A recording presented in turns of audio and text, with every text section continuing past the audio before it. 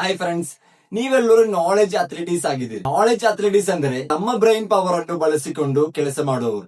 ಆದರೆ ಅವರು ಯಾವಾಗಲೂ ನೆನಪಿಟ್ಟುಕೊಳ್ಳಬೇಕಾದ ಒಂದು ಮಹತ್ವ ವಿಷಯವೇನೆಂದ್ರೆ quality over quantity. Wrong mindset ಏನಂದ್ರೆ, ನಾನು 8 ಗಂಟೆ ಓದಿದ್ದೀನಿ, ಟೈಮ್ ಬೇಸ್ಡ್ ಮೆಜರ್ಮೆಂಟ್. ಅದೇ ರೀತಿ ನಾನು 10 ಪುಟ ಬರೆದಿದ್ದೀನಿ, ಸೊ ಕ್ವಾಂಟಿಟಿ ಫೋಕಸ್ ಥಿಂಕಿಂಗ್. ಅದೇ ರೀತಿ ಅವರ್ಸ್ ಸ್ಪೆಂಡ್ ಮಾಡಿದ್ದೀನಿ, ಸೊ ಸಕ್ಸಸ್ ಡೆಫಿನೆಟ್ಲಿ ಸಿಗುತ್ತೆ ಎಂಬ ಭ್ರಮೆ.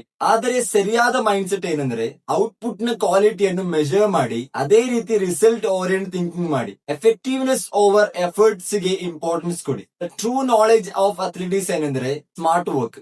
ಎಷ್ಟು ಸಮಯ ಸ್ಟಡಿ ಮಾಡಿದ್ದೀರಿ ಅಂತ ಅಲ್ಲ, ಎಷ್ಟು ಎಫೆಕ್ಟಿವ್ಲಿ ಮಾಡ್ತಾ ಇದ್ದೀರಿ ಅಂತ ಮುಖ್ಯವಾಗಿದೆ. ರಿಸಲ್ಟ್ ಫೋಕಸ್, ಔಟ್ಪುಟ್ ಕ್ವಾಲಿಟಿ ಮೇಲೆ ಕಾನ್ಸಂಟ್ರೇಷನ್ ಮಾಡಿ.